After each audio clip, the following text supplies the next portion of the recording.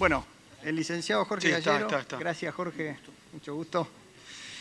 Es licenciado en Economía Política de la UBA, especialista en Finanzas, Política de Administración Tributaria y Regulación de Servicios Públicos, profesor en cursos de posgrado de Finanzas Públicas e Impuestos en la Universidad Nacional de La Plata, Córdoba, Cuyo y Comahue, en Flaxo y en la Universidad del Salvador.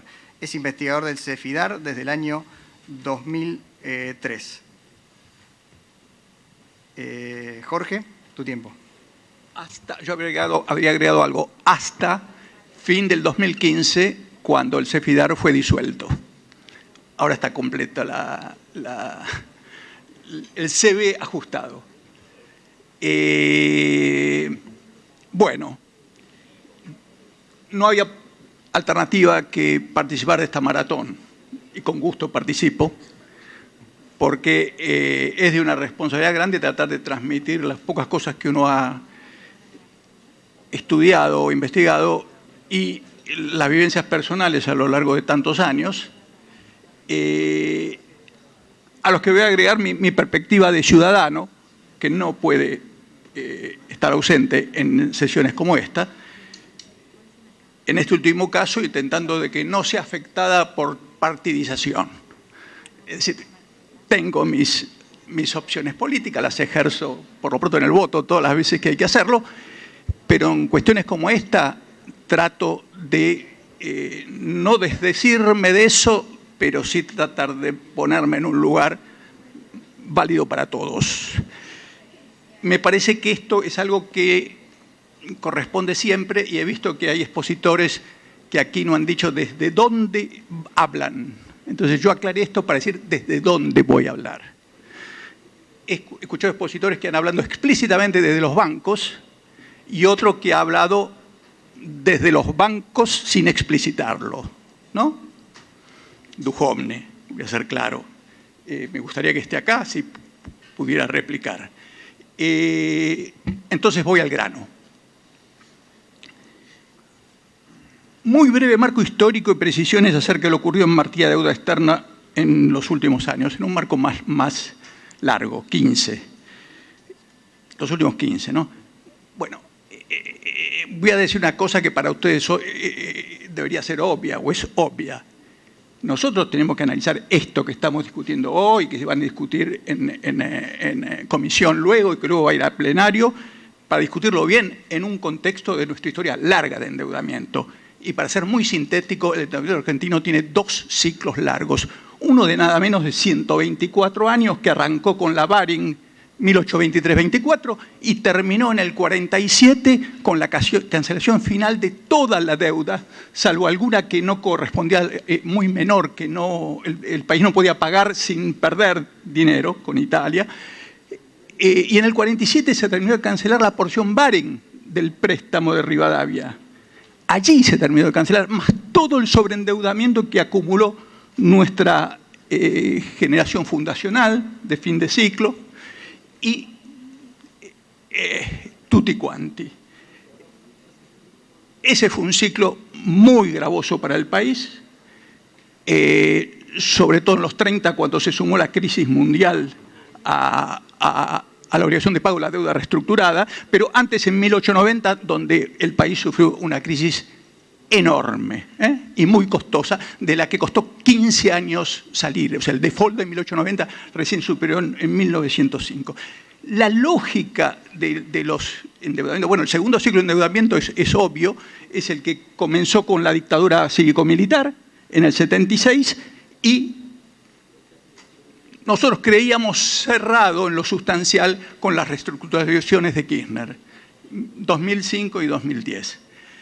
A mi juicio, espero que haya sido cerrado en lo sustancial en ese momento y que esta cuestión marginal que ustedes van a discutir en términos de esta situación histórica que estoy tratando de reseñar, se conserve como marginal y no como el inicio de un tercer ciclo largo de endeudamiento para el país. Como no veo claro el contexto en que se está discutiendo, por lo pronto no lo veo claro en las posiciones del Gobierno Nacional, entonces en algunas apariciones públicas de pocos días he señalado, temo que vamos a un tercer ciclo largo de endeudamiento de la nación argentina. Antes de desarrollar esto brevemente, dos cuestiones sobre la política de los ciclos largos de endeudamiento.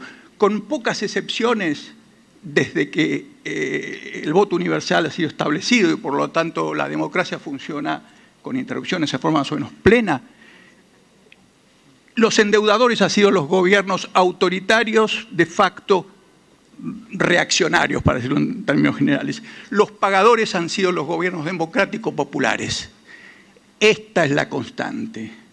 Esta es la constante. Y la excepción en términos de funcionamiento sustancial de la democracia han sido los gobiernos de Menem y de la Rúa, que no se han comportado en términos de deuda como gobiernos democrático-populares. ¿Me explico? Y la otra excepción son los gobiernos de facto del 30, para ser ecuánimes para los dos lados, que, a mi juicio, el gobierno de facto y los sucesivos del fraude patriótico se comportaron irreprochablemente en términos de sostener los pagos soberanos para no causarle al país más desgracias que la que traía la crisis del 30, que superaron bien, y no sobreendeudaron al país. Estas son las dos excepciones para los dos lados del mostrador. Pero la constante es, los gobiernos democráticos populares pagan y no generan deuda.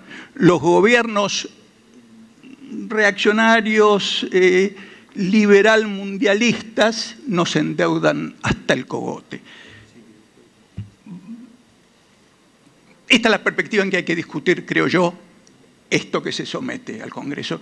Y espero que ustedes lo discutan en comisión extensamente y le dediquen mucho más tiempo que los 3 días que yo he dedicado suspendiendo mis otros trabajos para hacer frente a este compromiso.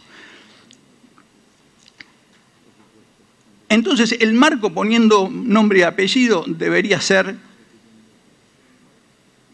el de la futura deuda a tomar por Argentina, porque esta es la racionalidad con la cual se convoca a estas sesiones. El gobierno actual lo dice claramente. Esto es necesario para ir a los mercados, que acá se ha repetido 1000 veces, y endeudarnos fuerte. Ahora, los diputados tienen que preguntar, ¿endeudarnos para qué? Más allá de la cancelación del default. Porque esto es un instrumento, la cancelación del default marginal que queda es un instrumento para endeudarnos fuerte. Entonces la pregunta central en términos de política y de las puras finanzas públicas es ¿para qué? ¿Qué envergadura de endeudamiento? O sea, ¿qué límites? ¿Y en qué condiciones? En la exposición anterior se habló de las garantías, bueno, esas son cosas importantes, ¿no? Entonces, hay que asegurar el funcionamiento pleno y restricto de las normas constitucionales al respecto. El Congreso es el responsable y no puede ser apurado, apretado por el Poder Ejecutivo para decir una cosa de tamaña envergadura, leída en el contexto histórico que estoy proponiendo. No puede ser llevado por delante. Y una persona tan respetable como Aldo Ferrer lo ha planteado claramente hace pocos días. Muy claramente, en una nota muy cortita que salió en página 12 hace menos de una semana. Ferrer dijo, con otras palabras, estamos poniendo el carro delante de los caballos. ¿Qué es esto de aprobar el cambio de 2 leyes nacionales prácticamente antes o simultáneamente con la aprobación de una cancelación de deudas marginales del último ciclo de deuda? ¿Qué es esto? La responsabilidad del Congreso es discutir primero el arreglo que se le somete, desentendiéndose de la condición de un juez de un país extranjero que puede decidir en su marco sobre la deuda, pero no puede decidir que el Congreso tiene que previamente, el Congreso soberano argentino, que previamente derogar 2 leyes. Eso es inadmisible, como es inadmisible el plazo perentorio para pagar. Me parece que son 2 cosas inadmisibles, que las 2 están burlándose de la soberanía argentina y en particular de las responsabilidades del Congreso Nacional. Entonces, esto es lo más importante que tengo para decir. Si se cortara mi tiempo aquí, estoy satisfecho porque dije lo relevante. ¿Cuántos minutos tengo? No, tiene tiempo, 5 minutos más. ¿Cuánto? 5 minutos más. Obviamente, el para qué endeudarse tiene que tener una traducción muy concreta presupuestaria. se habla de infraestructura. Bueno, eso tiene que ser introducido en presupuesto con el trabajo previo del organismo nacional responsable de evaluar los proyectos de inversión, que tiene pautas para jerarquizar su importancia. El señor de la construcción que habló antes habló de problemas en la jerarquización de los proyectos. Es un problema gravísimo. Y uno está leyendo en los diarios que se están inventando en el aire, en el diario, programas de inversión, el programa Belgrano. ¿Dónde están los proyectos? Los está evaluando el organismo nacional encargado de eso. Van a ir a presupuesto. Ustedes lo van a discutir. Recién ahí puede generar deuda externa si es ese el modo racional para financiarlos. ¿Queda claro mi punto? Además, el presupuesto es trienal cuando se lo hace bien. Entonces, no basta que estén las obras que este gobierno esté pensando para este año. Tiene que presentar, y las obras importantes tienen horizonte como mínimo trienal, muchas cuatrienal, quinquenal, incluso hay algunas que van a desbordar su periodo de gobierno. Más razón para que este Congreso vea eso. ¿Para qué nos vamos a endeudar? Porque si el Congreso no controla esto, va a pasar lo que se señaló aquí varias veces, ¿no? Vamos a ir a un encadenamiento descontrolado en que el endeudamiento no va a tener aplicación eficaz ninguna, va a ser de corto plazo financiero, va a alimentar la bicicleta y lo que es peor, va a estimular la fuga estructural de dinero ilegal que nuestro país sufre, como casi todos los países del mundo. La estadística oficial al año 2012 del stock de plata argentina negra afuera, 200.000 millones de dólares, en trabajos que hemos terminado y contrastado con otros trabajos externos, nos da el doble, 400.000 millones. Para el año 2012, la suma de todas las vías de fuga nos dio cerca de 30.000 millones de dólares en el año, divididos aproximadamente la mitad, una fuga financiera, principalmente en cabeza de argentinos, y la otra mitad en cabeza de multinacionales a través de los precios de transferencia, las mentiras con préstamos que no son préstamos, sino que son equity, que dan lugar a la remisión de utilidades que no son utilidades, sino son fuga de capitales, etcétera, etcétera, y muchos otros mecanismos. ¿Qué garantías hay o se están tomando para que en el nuevo ciclo de endeudamiento no se financie como ocurrió en el ciclo largo último, del 76 al 2001, sustancialmente la fuga de argentinos? Las curvas de endeudamiento externo y de fuga y acumulación de dinero negro afuera del periodo 76-2001 dan paralelas, son la misma curva. El incremento de deuda externa es equivalente al proceso de fuga. ¿Qué garantías hay que esto no se repita en un contexto? Esto es difícil, lo sé bien. Esto es difícil, pero lo que se está haciendo me parece que va en una dirección equivocada. Se están desarmando todos los controles, incluso los que tienen que ver con el capital de corto plazo, con cosas elementales de regulación. Se está proclamando la libertad financiera en un mundo, Ramal lo sugirió y algún orador previo también, en un mundo que nos está mostrando una brutal concentración de poder en una cúpula financiera que cuando uno analiza el núcleo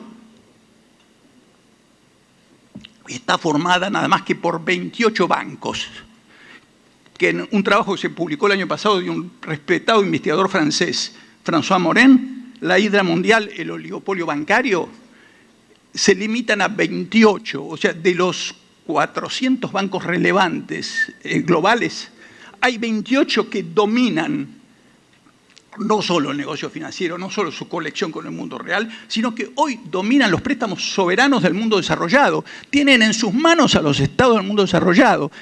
Son un superpoder totalmente descontrolado y que, según muchas previsiones, nos va a llevar a la próxima crisis global para la que ya no hay reservas en los presupuestos públicos. Estoy hablando del mundo desarrollado, no de nosotros, como para salvarlos.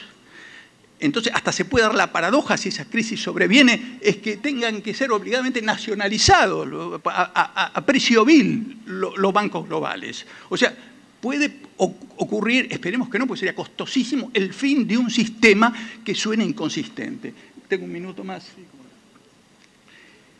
Este contexto me parece que es importante tener en cuenta, y es discutible, ¿no?, en términos estratégicos, porque nosotros vamos a negociar cosas, vamos a entrar, estamos por emitir bonos y vamos a negociar endeudamientos que van a ser a plazos largos, 20, 30 años, posiblemente. Y en esos plazos se pueden verificar cambios de este tipo. Entonces, hay que meterle reflexión a esto, hay que meterle contexto. Segundo punto, me he tomado el trabajo de revisar el proyecto cuidadosamente. Tengo notas, no tengo tiempo para hacer la exposición, pero voy a decir 3 palabras y le voy a entregar los apuntes a quien sugirió que me invitasen aquí, el diputado Kicillof. A través de él, si tienen algún valor, ustedes lo van a recibir. No se trata de copyright. Pero lo que observo es que, bueno, hay cosas que no me gustan en el proyecto, más allá de las cosas concretas que se definen. Lo que no me gusta es lo que no se define o no se aclara, que no es menor.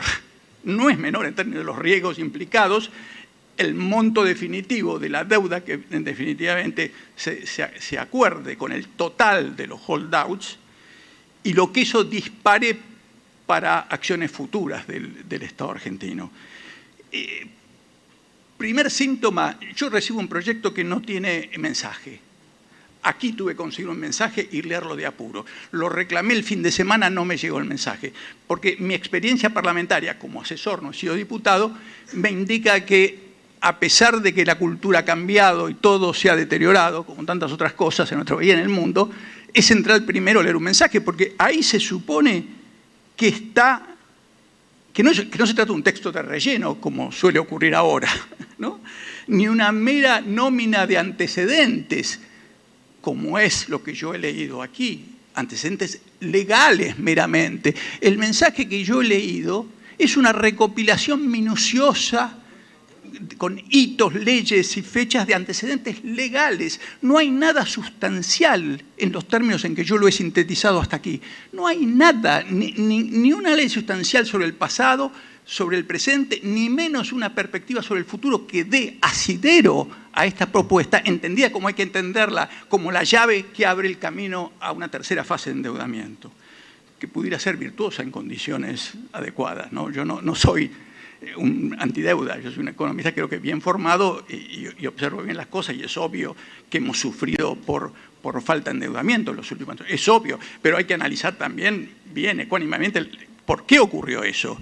Hubo 2 partes, ¿no? Una parte acosada que prefirió no correr riesgos, nosotros los argentinos, y una parte acosadora, que es este sistema internacional que en la expresión marginal de los buitres es feroz. Y se ha comportado ferozmente. Además, corrijo al ministro, no fueron 15 años de default. Eso es un discurso en los peores términos en que se ha criticado también al gobierno anterior, ¿no? Es un relato. Eso es un relato insostenible. No hemos tenido 15 años de default. Hemos tenido 15 años de sustancial cumplimiento del grueso de nuestras deudas y hemos tenido unos últimos años con amenaza permanente de default y restricciones derivado de la operación de estos agentes marginales por una porción marginal de la deuda como consecuencia de la existencia de un sistema internacional que a los bancos les es beneficioso, porque si no existiera no habría las emisiones de bono en cabeza de ellos. De paso, los candidatos a emitir bonos, los que ya emitieron por la primera pedido el gobierno, y estos son todos parte del oligopolio de 28 bancos que controlan el mercado internacional. Todos están en la lista de 28. Los que ya fueron contratados y los que se contratarían para cerrar esto. Como el tiempo está cumplido, yo solo digo que el articulado, más allá del mensaje que está inexistente, otorga incondicionadamente, o pretende que el Congreso otorgue incondicionadamente una cantidad de facultades que son sustanciales y que hacen al resultado concreto, de las operaciones que se autorizan. El monto no está cerrado. Los protagonistas no están cerrados, con lo cual quedan fuera algunos que pueden seguir litigando y llevándonos en el futuro a encerronas como esta. Pero peor, los posibles litigios de los holdouts con los que se acuerda, por deudas que no están colocadas en este paquete, pueden operar. Yo no he leído ninguna restricción que limite legalmente en el litigio contra el Estado argentino a ninguno de los fulanos que van a recibir los beneficios de esta reestructuración tan conveniente. Bueno, y hay lo principal, yo se lo dejo a Kicillof, es la atribución incondicional, que si se acepta, dejaría al Congreso, por los problemas que seguramente van a ocasionarse.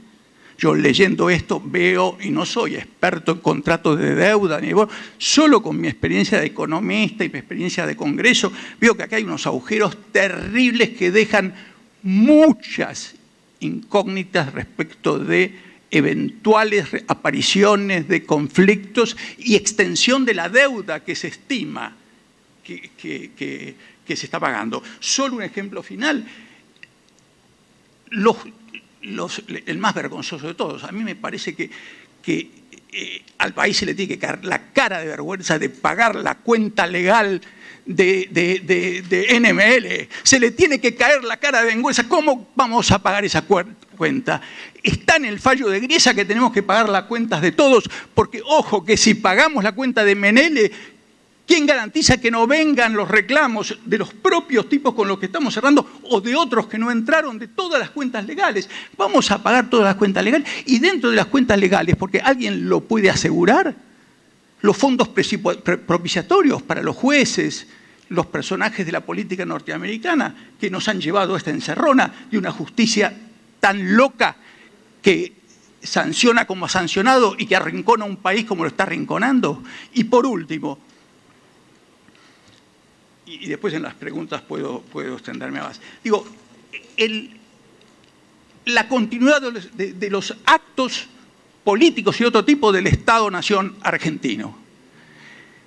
¿Vamos a firmar esto así como está? Después de haber obtenido, en septiembre pasado, creo, en las Naciones Unidas, un triunfo tan importante para que en el futuro, está claro que eso no es instantáneo, se reestructuren las deudas soberanas sobre la base de principios que son los contrarios a los que se aplican para este acuerdo. ¿Cuál es la continuidad de los actos del Estado argentino? Porque este gobierno no puede estar en desacuerdo con lo que se obtuvo en Naciones Unidas. ¿Quiénes votaron en contra de Naciones Unidas? Solo los países que son sede del oligopolio financiero mundial. Estados Unidos, Alemania, Inglaterra, solo ellos, un puñado de 6, 7 países más sus seguidores, Israel, pero un mínimo número, pero esos son. Entonces, termino acá. Sí, gracias por la tolerancia. Termino acá. Entonces, que no me vengan a decir acá, perdón, mi amigo, el diputado, mi viejo amigo, hoy nos distancian duro cuestiones políticas, el diputado Amadeo, que no me venga a decir que el ministro Pratgay habló en Davos con los ministros de finanzas de los países centrales del mundo que le dijeron, sí, está muy lindo esto para el futuro que está planteando Argentina. ¿Con quién habló? ¿Con Alemania?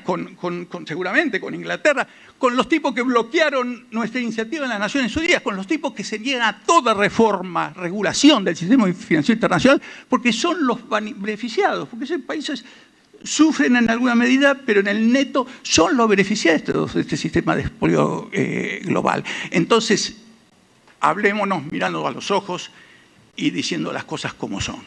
Muchas gracias. Muchas gracias, Jorge.